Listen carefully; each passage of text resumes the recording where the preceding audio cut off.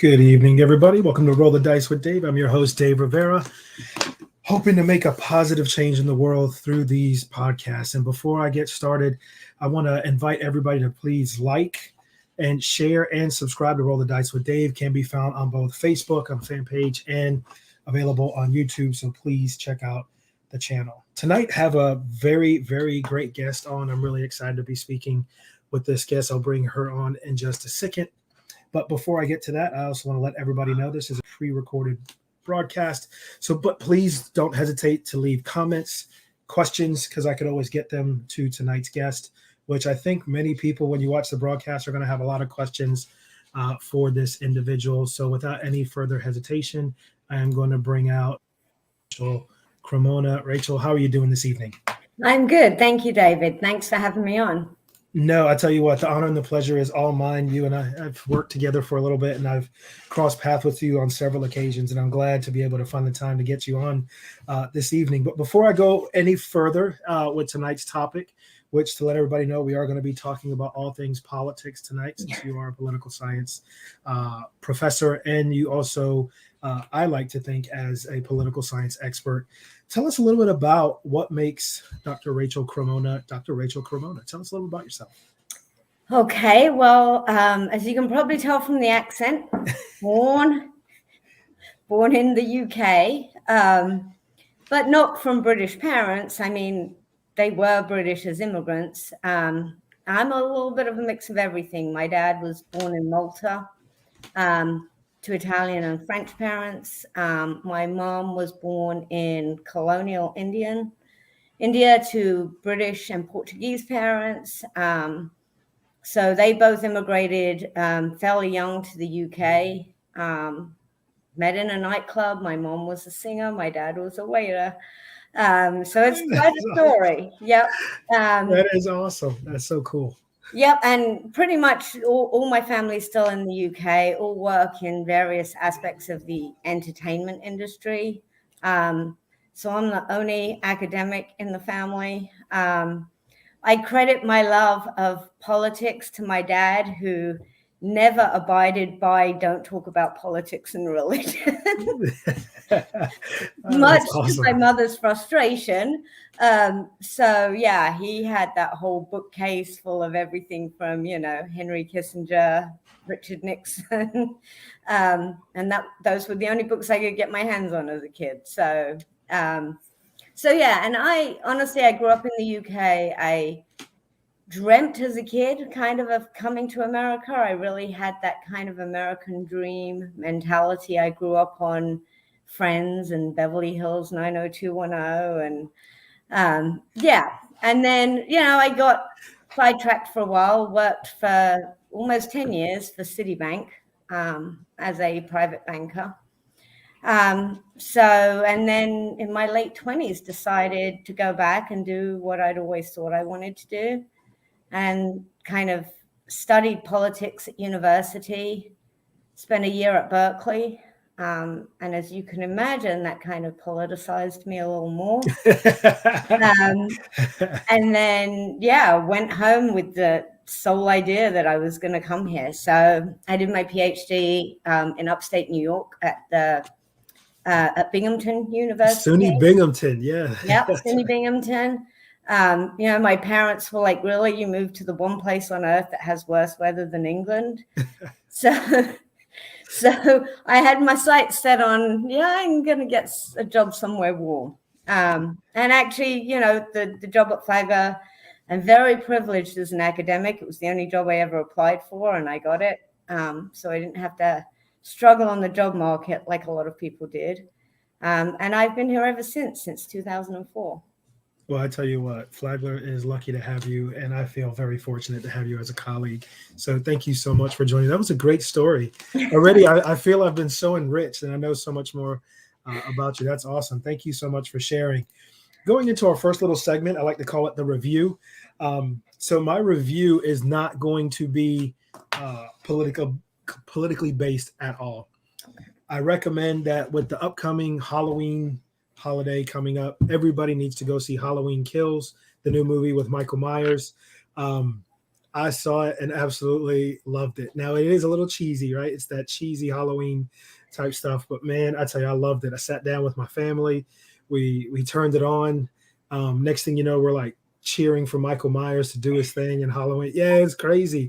We're like rooting and cheering and screaming. We had a good time. So if anybody's looking for just a good Halloween slasher flick, I recommend go check out Halloween Kills, the new Michael Myers movie. So Rachel, do you have anything that you think, and it doesn't have to be Halloween related, it could be anything, but do you have something that you maybe just want to mention that people should check out that are tuning into this broadcast tonight? So just on a Halloween note, so we did a Halloween horror movie night this weekend with the kids. We camped out in the living room. We put on scary movies all night. And I'm not a fan of them. I'm not going to lie. I kind of like the supernatural stuff, like The Conjuring. Okay. My favorite series of scary movies, I guess, are the Damien series. Oh, the Omen. Yeah, Damien the Omen. Yeah. And that little bit of politics in there was always, I love those movies. But yeah, the scariest part of my night was my husband and 2 kids snoring the rest of the night. Oh, man. That is great. But yeah, we're kind of, obviously since COVID, we haven't been able to travel much. We're kind of creatures of habits. Me and my husband, we do like a date night every week. Stogie's is our spot. But I will say we discovered the Drunken Horse downtown a few weeks ago, and we've become pretty much regulars for their food at the very least. Nice atmosphere in there. Okay. Yeah, we really like that place. So we've been, last 3 or 4 weeks hanging out there. So your review kind of tied a little bit into my HTM highlights piece with hospitality and tourism. So you mentioned a couple of good spots people can go check out. With me, I'm hoping to travel somewhere, but I will say this. So I recently tried, I don't know if you've ever tried Chiba Hut, their sandwiches. No. I recently tried those. They were really good. My wife decided to get some and she brought some home for everybody. And then I felt bad, right? Having lived in St. Augustine now for going almost on 2.5 years and not having gone by. But man, that was a really good sandwich. So that's another one of my little things. And also, hopefully, everybody will check out the couple of recommendations you made. So you kind of combined my two little pieces there. Yeah, I still discover stuff all the time. I've lived here like coming on 18 years, and someone will take me somewhere that's been there forever, and I'm like, I can't believe I never went to this place. So, and I love that about this town, right? That's part of its charm. It really is. It really is. And I feel that since I'm a professor and I teach hospitality at Flagler, I've discovered all kinds of things because I like taking my class on experiential learning trips. So next week, later on this week, I'm taking the students to the Pirate Museum. And even though I've been, I think only one student has been. So of the 20 students in the class, one has been. So I feel like I'm taking them on a true St. Augustine gem. So I'm really excited about this Friday from that standpoint. All right. So the next segment, and we're going to get into it. We're going to start getting into the political talk, right? We're going to go ahead and get into this. And the first one I think might be a little bit of a tough question, right? I'm just jumping right into this, just because a lot of the talk going around, it revolves around our president of the United States. Is Joe Biden doing a good job in your opinion? Right. So I'm just going to jump right into it. Is he doing a good job? Because so many people are talking about it. You have some people that are saying he's doing a good job. Some people not so happy. So I figured I'd ask the political expert, is he doing a good job? That's a tough one to the extent, I think, David, that it's kind of relative. Like, what did you expect? If you weren't a fan of Trump, which obviously most of the people that voted for Biden were not, then probably yes, right? I mean, I think at the very least for those people, we have a traditional president again. We have a president that is at least fulfilling the kind of, I don't want to say ceremonial, but almost just kind of institutional expectations. Okay.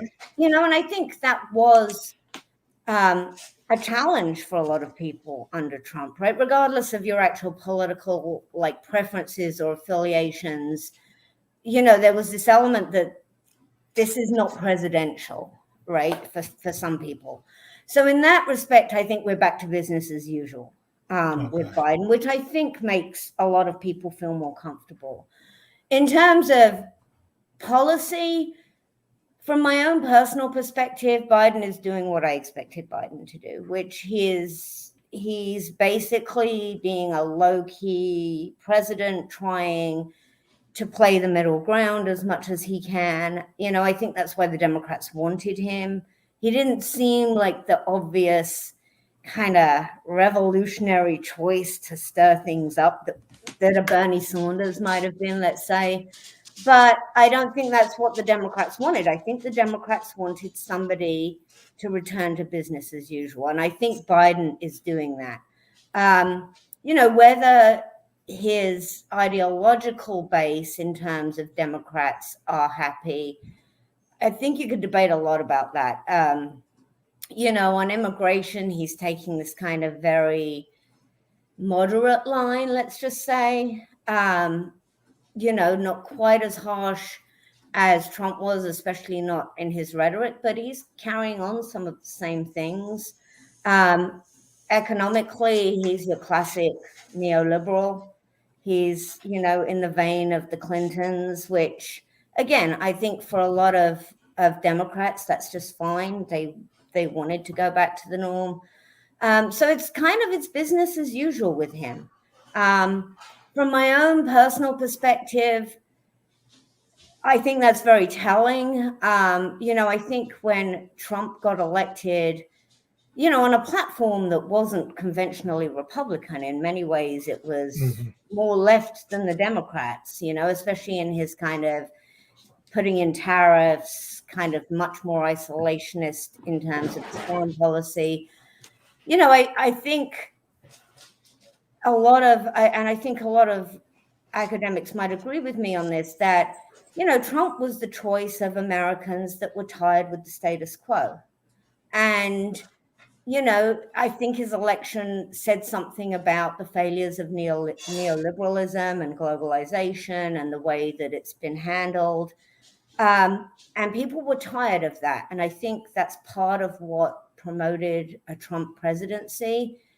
The irony of that is so many people on the left were so horrified by Trump that it's like, we're going to jump back into the arms of the neoliberals and just goodness that business as usual again.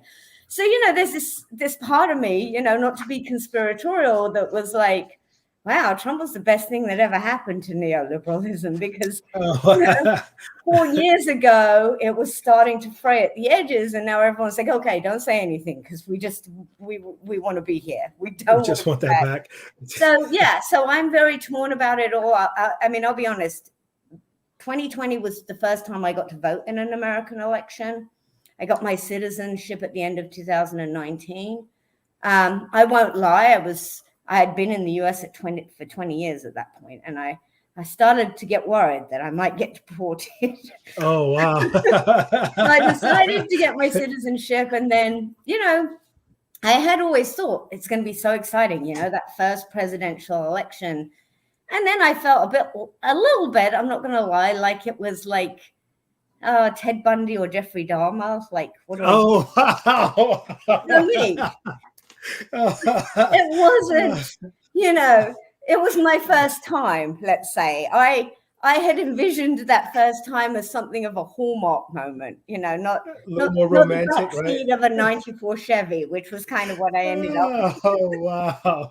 That's great. Oh, Rachel, that is great. I'm just putting it out there. Oh my God! I'm kind of on the that just made my day. That was great. Here's a crazy thing, right? So, I didn't know that. And I'm sure a lot of people didn't know that about you either. Your first chance to vote in an election, right? And there's this romantic view, I think, especially among Americans, that the first time you're going to vote, you're in college, right? You're maybe a sophomore in college, maybe going into your junior year. Here you go. You're going to vote for that first time. And here you are, right? The description of what you gave is not what people typically have in their mind. But I will say this, the way you just discussed that, I think regardless of the side of politics people fall on, they could sit and listen to what you just said without getting too worked up one way or the other. Which brings me kind of to my next question of, in your opinion, before we go into some other stuff, do you see my man making a repeat appearance in 2024 into the Oval Office? Do you see Donald Trump? Do you think that's a serious thing, or is it just more of the chit chat, or do you think this is a realistic kind of thing given the way just things are going? Is it realistic that he could try? Maybe. I've thought a lot about this, if that's going to be what we're going to see. He certainly still has a base. It's clear that he does. He certainly doesn't appear, from recent comments he's made, for example, about Ron DeSantis, who many people have seen as kind of his successor. I don't think Trump's on board with that entirely. I think he feels like it's still his show. His turn. Yeah. Yeah. That could be challenging. I think it's going to depend more on what we're seeing happen with the Democrats to some extent. Will Joe Biden be able to run again in 2024? Would that be, the smart move for the Democrats? I can't predict in any way what would happen. My own sense is that Trump won't run in 2024. I think we're more likely to see people like DeSantis. I think it's going to matter, number one, on what happens in the midterms next year. And that, what we usually see is midterm loss for the presidential party, which would suggest that the Republicans may gain and possibly take back one of those houses of Congress. If they don't do that, you might see greater radicalism on the part of Republicans, because it's that sense that we're excluded, that we're not winning. And that kind of becomes cumulative over the 4 years. I don't know. I certainly don't think Trump is the best bet for the Republican Party, but I don't think that's something that he considers. This is more about, his is a very personal presidency, as we saw, and it would be again. He's running as Donald Trump, not as Donald Trump, the Republican. So I don't know, but I think we're more likely to possibly see the likes of people like DeSantis coming up on the ballot. What's interesting with the Republicans, if you look pre-Trump, is that they were riding that middle ground where they were putting up moderates like McCain and Romney with much more radical running mates, right, like Sarah Palin and Paul Ryan. And they were hoping in that way to kind of get both sides, the moderate kind of classic Republicans, the economic, fiscally conservative, and then on the other side, the more radical, the religious right, the more socially conservative. And in both occasions, it blew back, right? They didn't succeed. So I don't know. And then Trump was a completely different animal in many respects. Like they didn't need to do that with him. So I don't know. It'll be very interesting to see what direction they take. Looking at the way the party is right now, I think that they feel that going radical has been their best success strategy to some extent. And certainly Trump really did mobilize and energize that more radical element of the Republican Party. Those people vote, and they vote quite consistently and reliably. So I don't know. It'll be very interesting to see if they do run someone more like DeSantis. And more importantly, like, what are the Democrats going to do to challenge that this time around? Yeah. Thank you so much for sharing your opinion on that piece. So we're going to get into more of the discussion of politics, but just looking kind of a political discussion for everyday life. So the first section that I wanted to ask you about is overall, what do you think is going right with our political system? And then a follow-up kind of on that after piece. What do you think is wrong with our political system? And I know actually those two questions alone could be an entire podcast by themselves. But what do you think we do right with our politics? And on the opposite end, what do you think we do wrong with our politics? That's a really difficult, the first part of that question is hardest, right?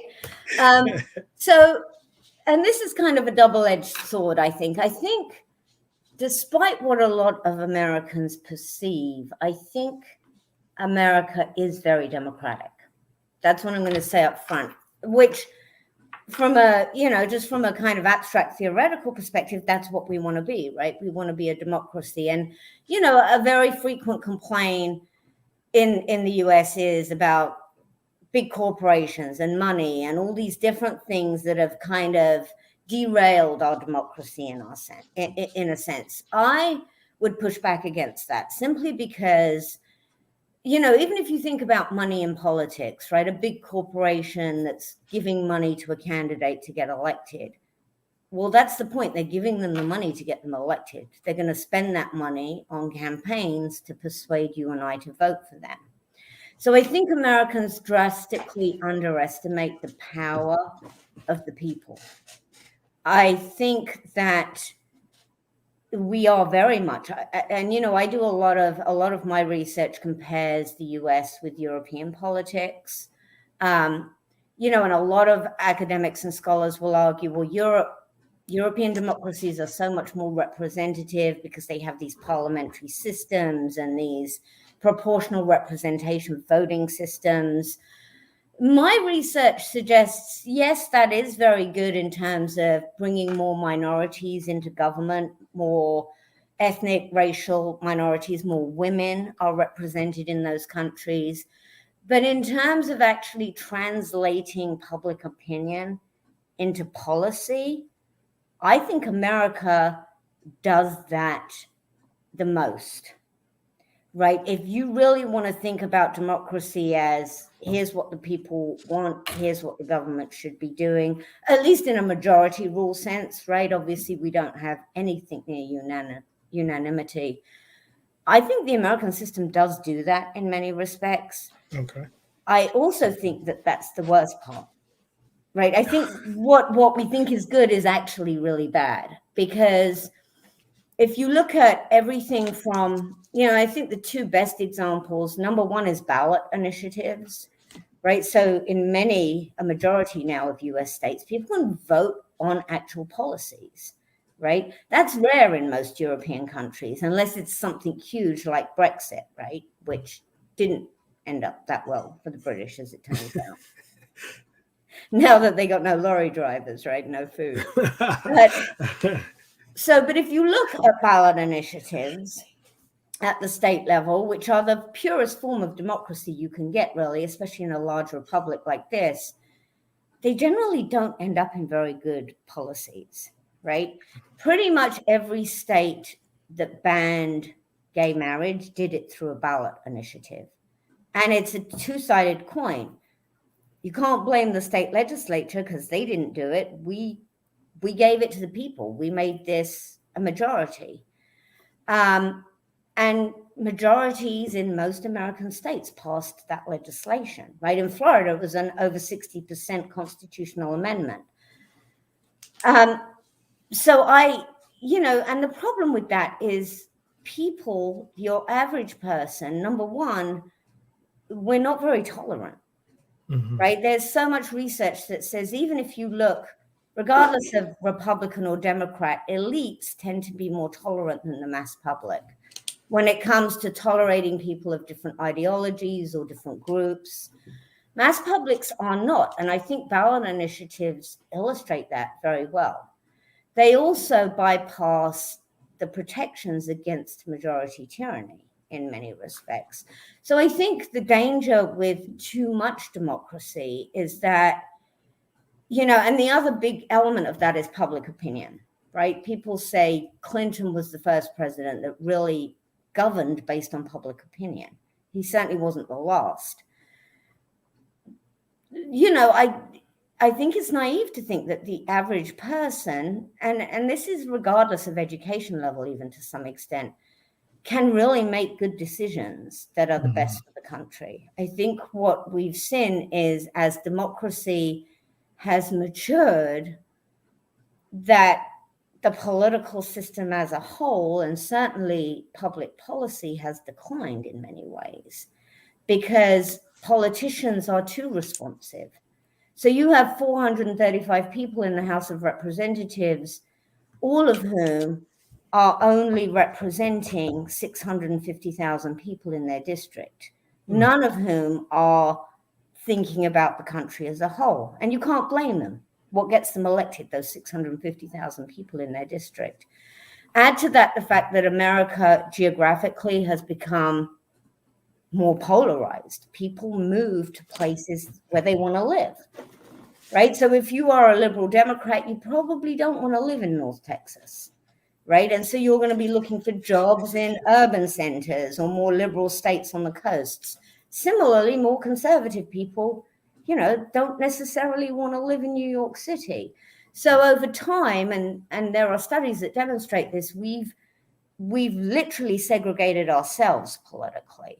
So now most of those 435 districts in the US are not even competitive. They're hardline conservative or they're hardline liberal.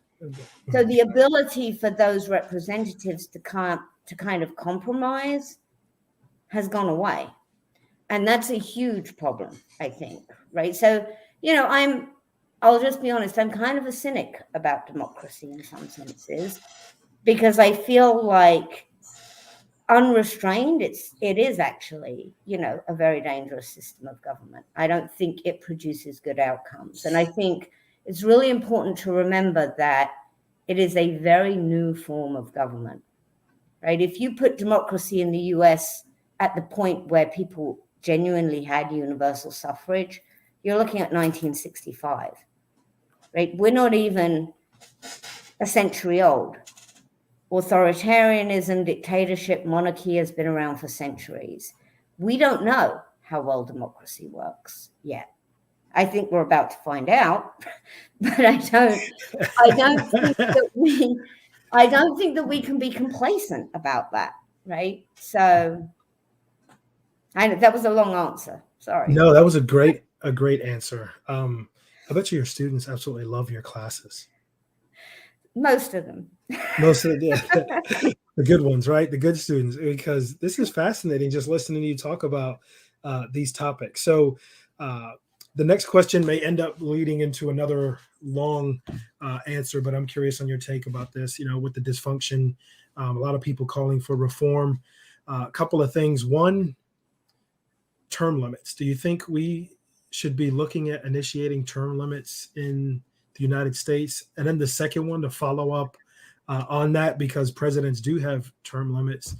Do you think the election process we have in the U.S. is fair, right? So I know those are two different questions. So we'll go with the first one, term limits. Do you think that's something that the U.S. form of government should be looking at implementing? I actually do have a very clear opinion on that. We have term limits. It's called voting. Voting. You don't want them, vote them out. I get frustrated when people say, well, we should stop them. I'm like, well, then why are you re-electing them? You have term limits. It's your choice. Most of these people are overwhelmingly elected. They're not winning by super narrow margins in their districts. So do I think we need them? No, I think people should be taking responsibility for how many Americans can actually name their representatives. The representatives, yeah. No, I'm not even sure how many can name their senators, much less the representative in their district. I'm a true believer that if you want democracy, you take responsibility for it. And I don't believe in term limits, because I do think you can get really good representatives in your House or your Senate.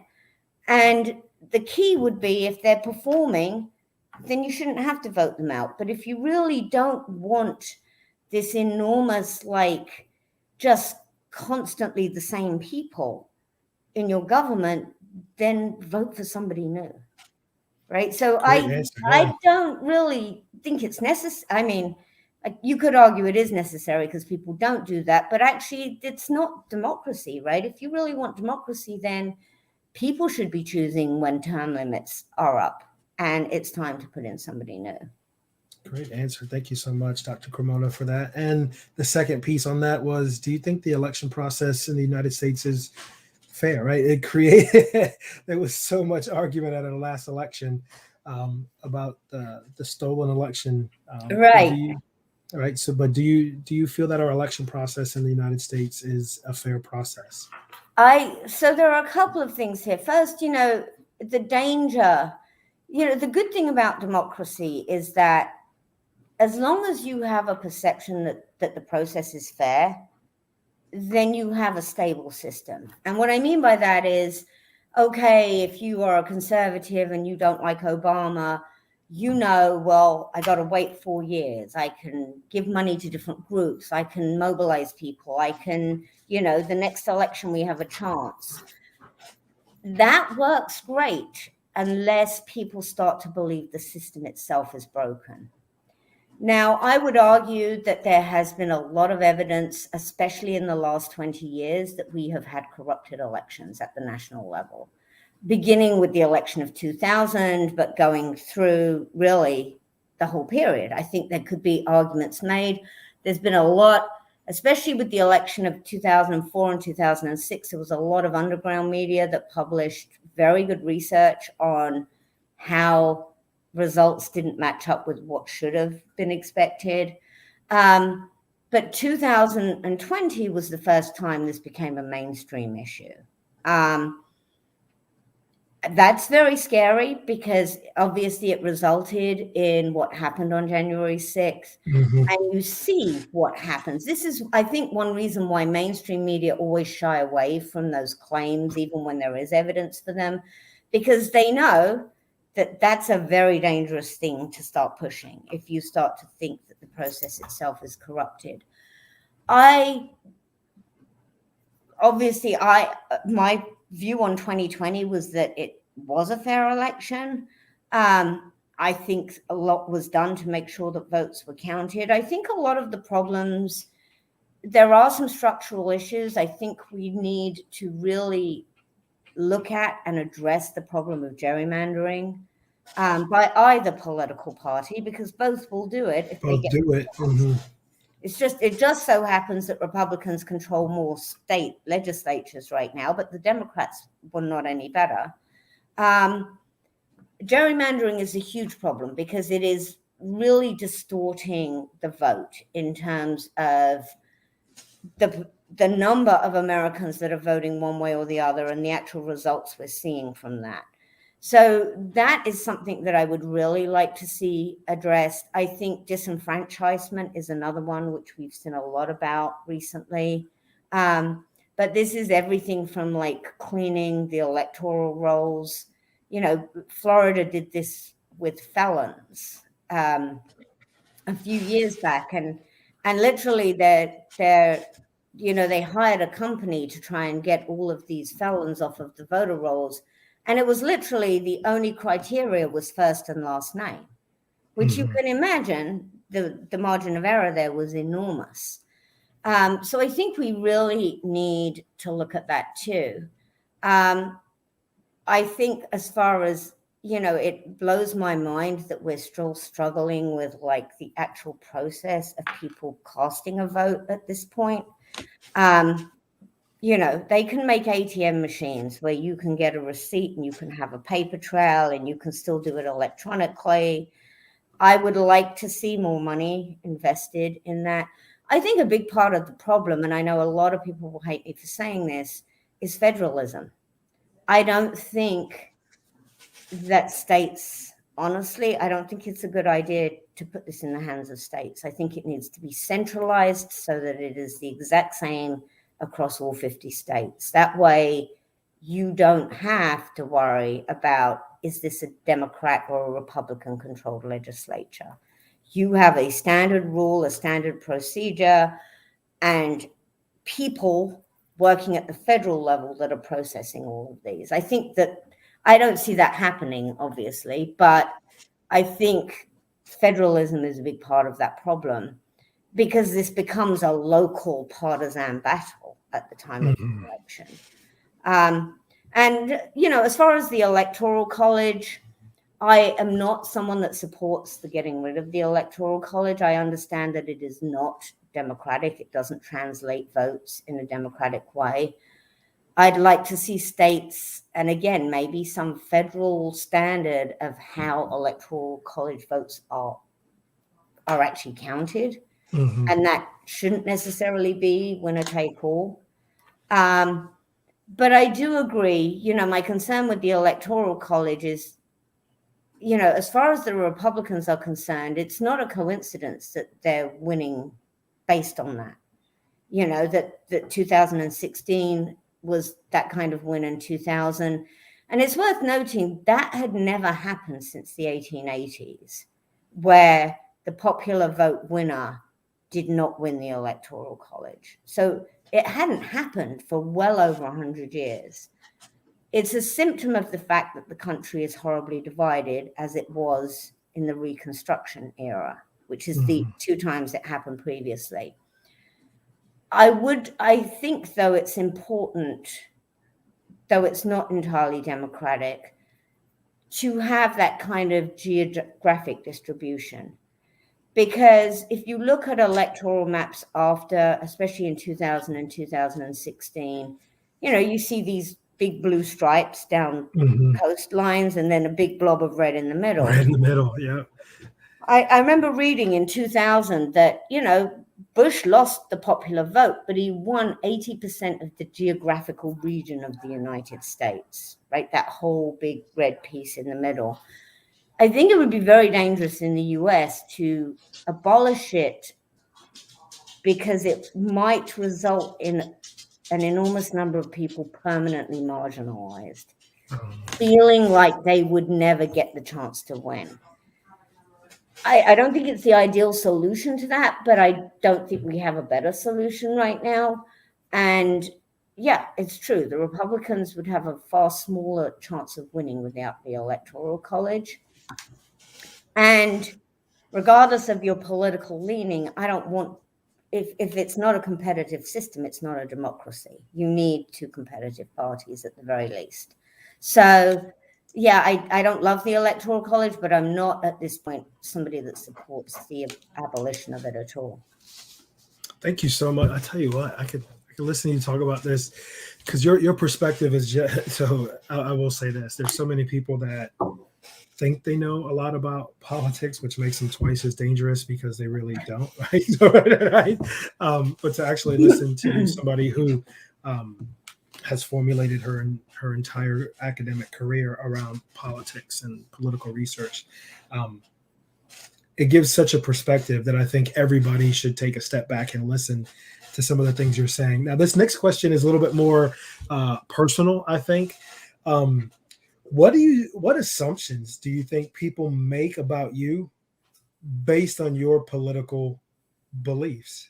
Right. So now I'm asking, how do you think people stereotype you based on your political beliefs? And I know one example I always get, people go, "Oh, you're in education, you must be a Democrat," right? That's like, I get that all the time, like from the jump. Oh, it's 10 times worse when you're a political scientist. Do tell, Dr. Cremona, do tell. Here's a funny story. When I tried online dating a few years back, and I made the mistake of saying what I did for a living, I got a lot of haters. Like, oh my God, that's crazy. Really? You think I want to be brainwashed into like communism like I was in college? I'm like, oh my gosh, that's crazy. Oh, wow. So yes, just being an academic, and then secondly, which it confounds me because it's like, okay, I have spent my entire life studying this. And so you think I'm not qualified to, like, you will, in fact, not only am I not qualified, you will automatically dismiss my opinion because you have this stereotypical, impression of what I am. And, I mean, in defense of that, if you looked at surveys, yes, most academics, unless they're in the economics department, are more likely to be liberal. Anyone with above a bachelor's degree is more likely to be to the left rather than to the right.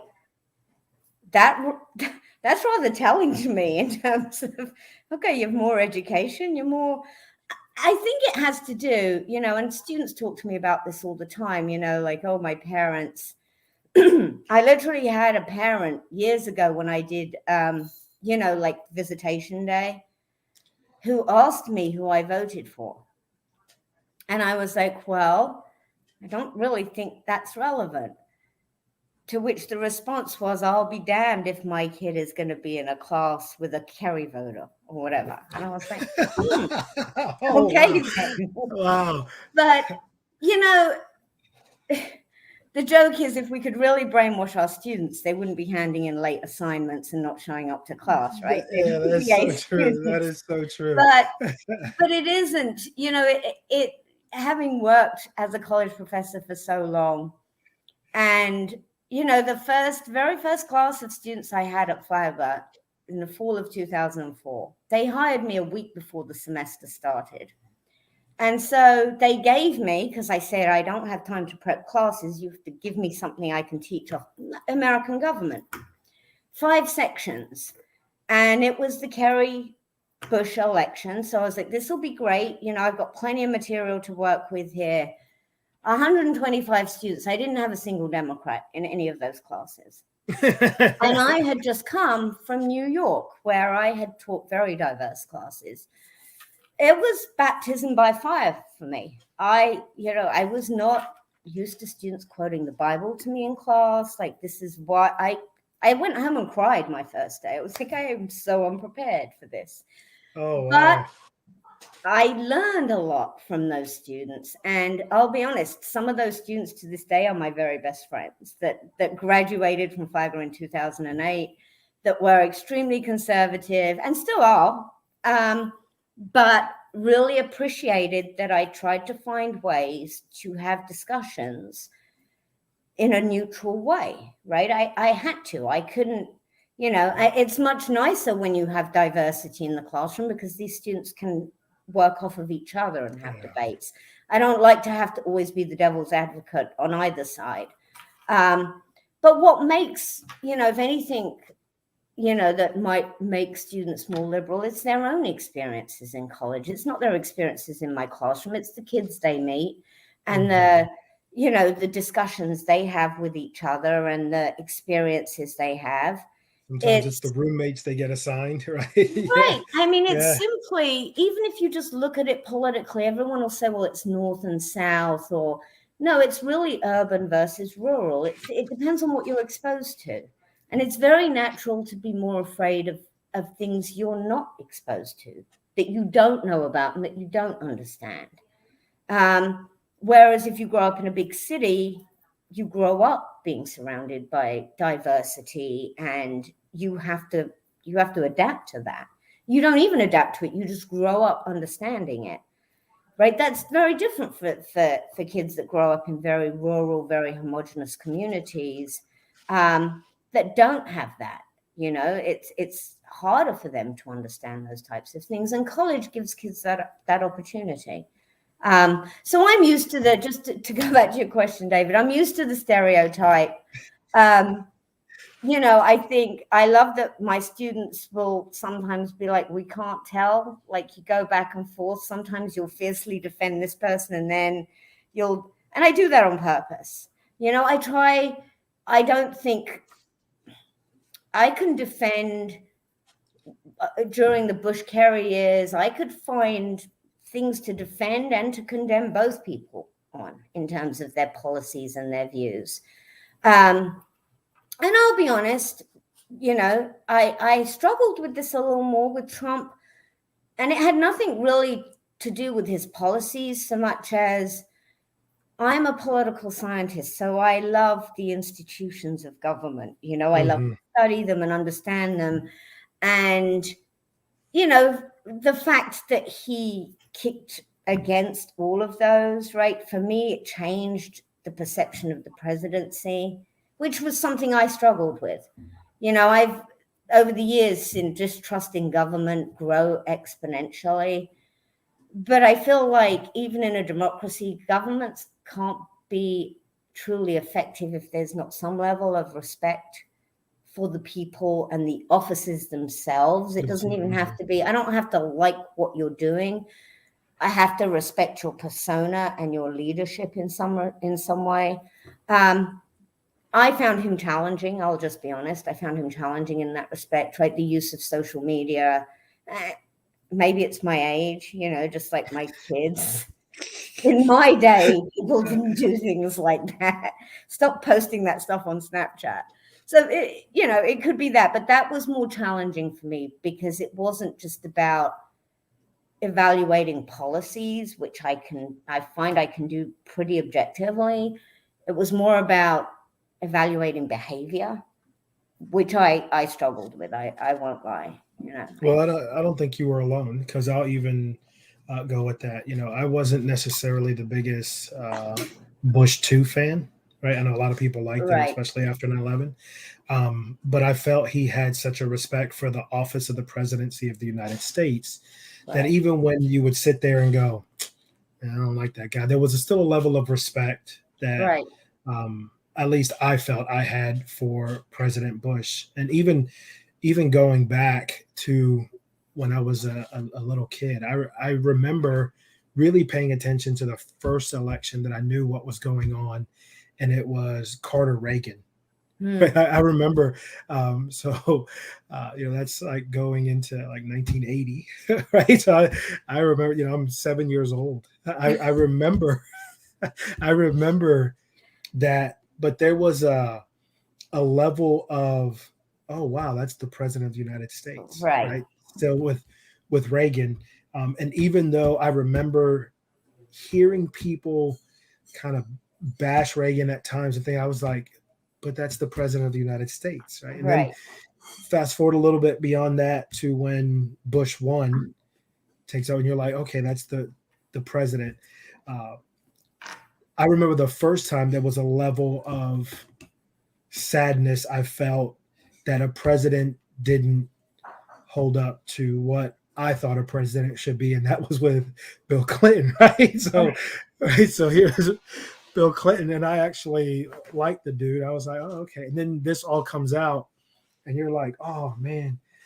But I didn't think that was some people make it upset, but I didn't sit there and go, yeah, that's an impeachable offense.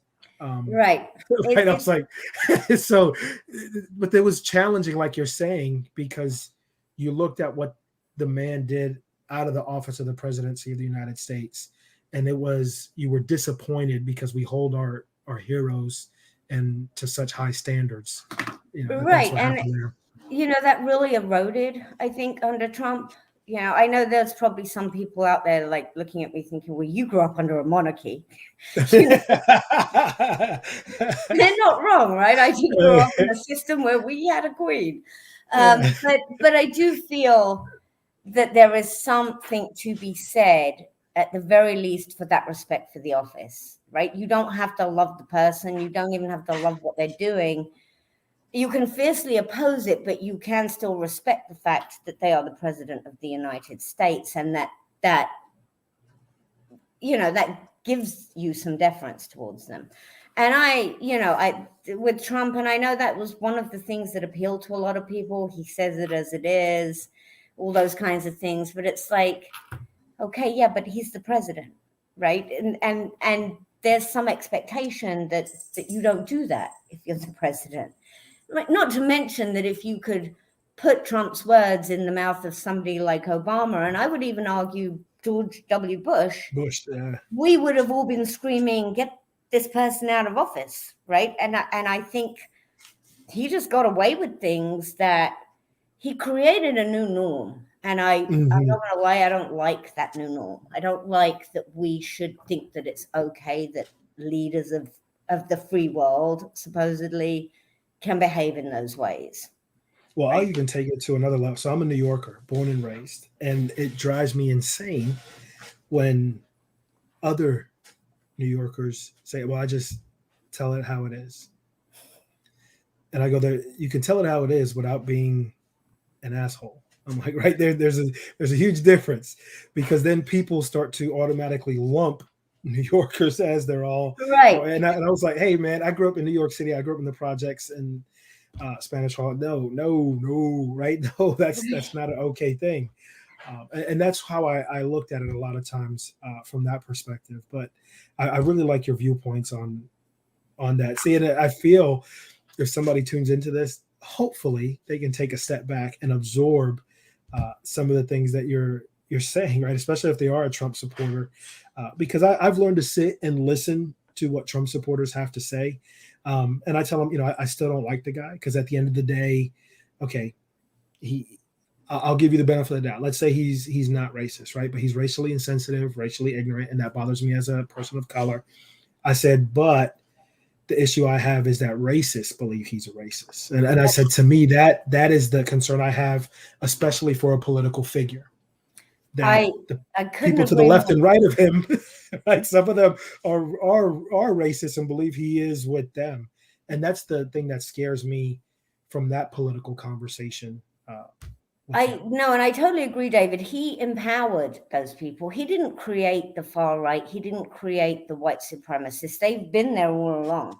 What he did was he made people feel like it was legitimate to have those views again, which I thought we had gotten rid of, and for me, having, especially my older son, much like you were saying, he was kind of coming of age during this Trump era when he was suddenly much more aware of politics and what was going on.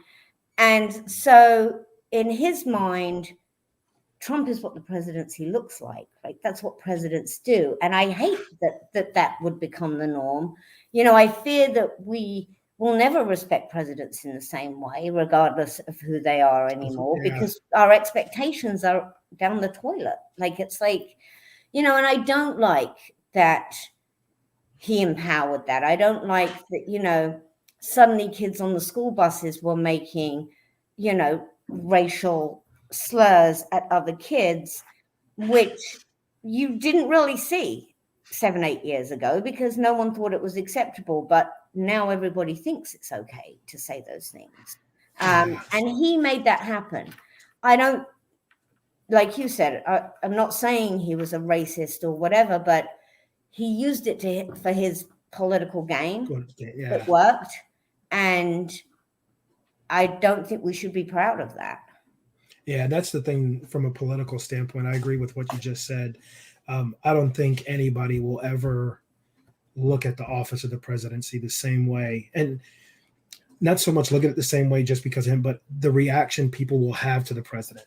And the idea of, because I remember, I had just moved to Texas in 2016, right? So I'm there, right? I get there. And then I remember the day after election going back to Texas Tech University. I called my brother and I was like, hey, man, what's it like in New York right now? And he goes, man, it's kind of 9/11-ish. Like everybody's walking around in just disbelief. And it seems just really quiet and nobody knows what to make of any of this, right? Because I went to sleep thinking, okay, Hillary Clinton's going to be the president, right? So that threw me off the next day. But just that at that point, so many people then saying, that's not my president. And I know I never said that. I never said that's not my president. I said that's not the guy I voted for. Right. But I said he's the president of the United States now. Now we kind of have to just figure it out from this point on. Right. But now you have Joe Biden, who's president, and I hear so many people, that's not my president.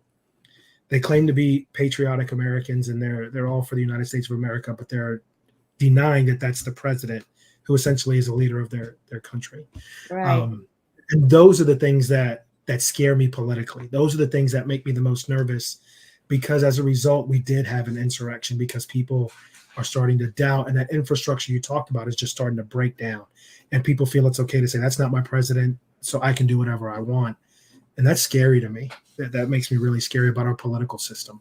No, and I agree, because you think about George W. Bush when he, that whole electoral college thing, we weren't used to that. We weren't expecting it. But you really didn't hear that, right? In fact, it was interesting that they said, even though Democrats obviously were very upset about the outcome of that election, after he was inaugurated, he still had that 100 days thing. He still had that, people were excited. We have a president. He's, there was still that sense of, yeah, I'm going to wait and see what he does. But that you didn't see people saying, not my president, even though given the way that election had panned out with the electoral college, you could have expected that, but that just wasn't the way that it worked, right? But now that's become the norm, right? If my guy doesn't win, then that's not going to be my president. And you're right, that has serious implications for the system itself, which worry me a lot.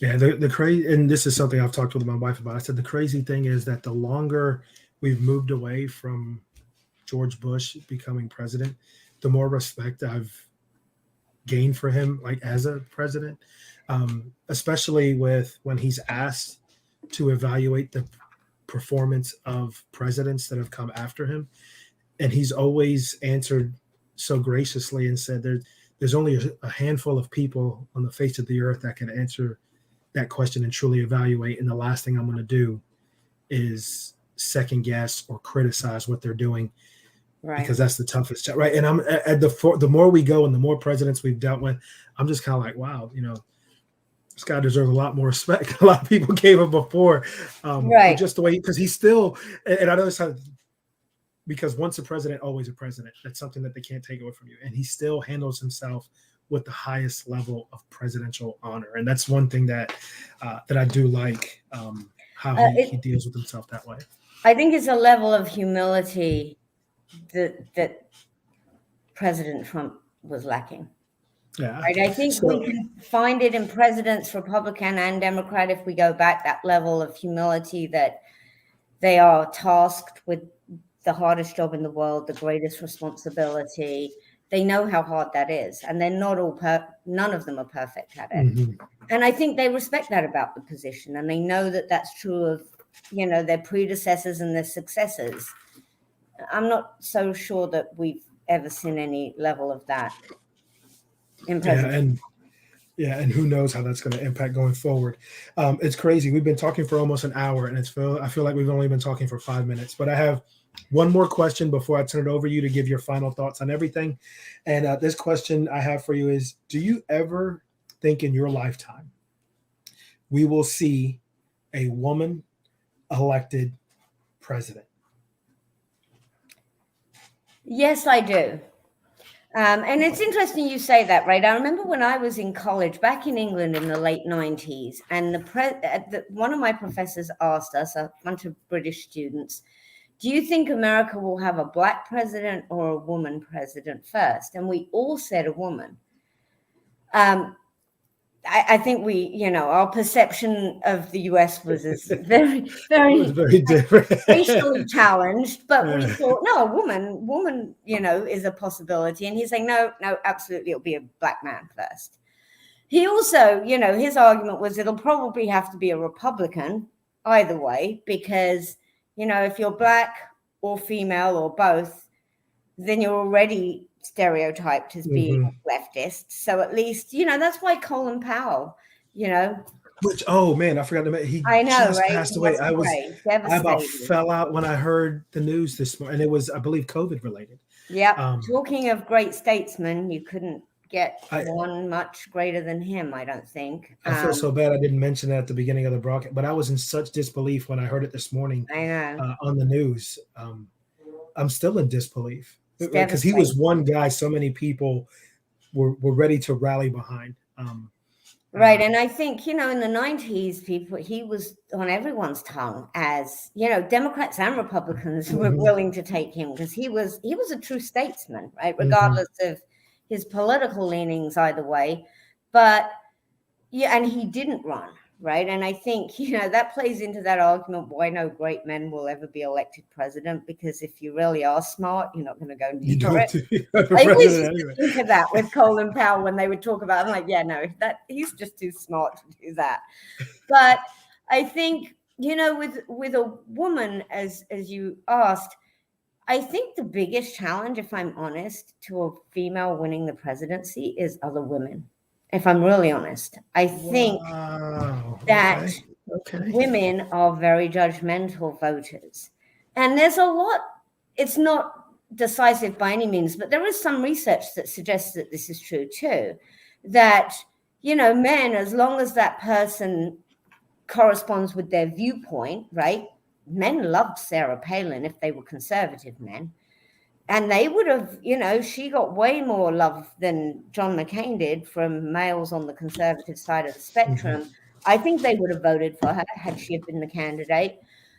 Women tend, and I've seen this in my own classrooms when I've had these discussions, where males will often say, well, if she had these policies, right, if I thought she matched my ideology, then I would vote for her.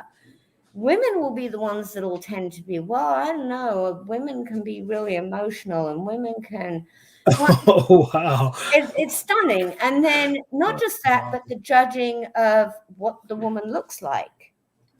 I mean, we say this in the media, and the media does this, every time Hillary Clinton wears her white trouser pantsuit. Why are they making a big deal about that? They don't make, what happens if you come out in a flowery dress and high heels, or you dress more masculinely, or you can't really win, right? You have kids and a family. So either you're a really bad mother, or, oh, that's great, you're an ambitious person. That I feel like for women candidates, that's a big barrier. You know, I heard a lot of women that really disliked Hillary Clinton for various reasons, right? A lot of men disliked her too, but I feel like that's a big challenge. It always, you know, and I hate to say it, I'm a woman myself, but, you know, whenever I've watched shows like Survivor, you know, those like reality TV shows. Yeah, we love Survivor. And I haven't watched it in a while, but I remember one of the reasons I stopped watching it was because when they split them into male and female teams, which they started doing a few seasons in, the men would all collaborate with each other to get the women out, and the women would all start like stabbing each other in the back. It was awful. It was like this social experiment where, you know, initially there was much more internal competition amongst the female groups. I'm not saying it's human nature, and I'm not saying, you know, I just think it's socialization, right? In a bad way. I think that we've been socialized in societies that has created competition in an unhealthy way, where it makes us more judgmental, basically, of other women. So instead of, yeah, and I know lots of people have talked about this in recent years, instead of shoring each other up, we tend to see it as a competition, a zero-sum game. And that, I think, is unfortunate. I think it's changing. I think a lot has happened, especially, you know, with social justice movements and greater awareness of a lot of these types of issues, that in younger generations, that's definitely going to change, which is why I think I will see it in my lifetime. I think it's much more prevalent in older generations for there to be this like very harsh, judgmental way of looking at women candidates that we don't tend to do when we look at male candidates. But I'm optimistic. I do think we'll see a female president in my lifetime. Hopefully that I live that long, right? I'm giving myself a few decades. You know, I have a couple of daughters. I have some nieces, right? So I would love to be able to see a woman president, so they could also sit there and go, I want to be president one day. And I could say, if you want to be president, you could be president. Because right now, if I say it, I feel like I'm lying a little bit. Oh, David, I tell my kids over my dead body, are you going to be president? Well, they could just consult you, right? They could just consult you if they have any questions. That's what my oldest one said. It'd be great. And I'm like, no, that is not a career. That's too funny. So as we wrap it up tonight, Rachel, I just want to turn it over to you to give you your last opportunity just to give your final thoughts in about a minute or so. This is the Rant and Rave with Dave. Please go ahead and take it away and give us your last thoughts. All right. So I guess my last thoughts are going to be something that I do care pretty passionately about and that I do have like pretty clear views on, and that would be immigration. Because I'm not thrilled with what Biden's doing. I wasn't thrilled with what Obama did. And I definitely wasn't with what Trump did. But I think the reason I use it for final comments, Dave, is because I think it is very, very illustrative of broader problems in the United States. I think it's illustrative of the way that we racialize issues, right? Immigration is very racialized in this country, and it's not just immigrants coming in from the South. I know that is where we have a huge surge right now. But I would like, I wish people would discuss more about the circumstances in Central America that have driven these people to our borders, basically American history and American involvement and intervention in those countries. I wish people, it plays into the whole emphasis on identity politics, which I think is very relevant, but I think it is constantly being used to distract from the more fundamental problem of economic inequality. I think we use immigrants. I think we use identity, race, ethnicity to distract.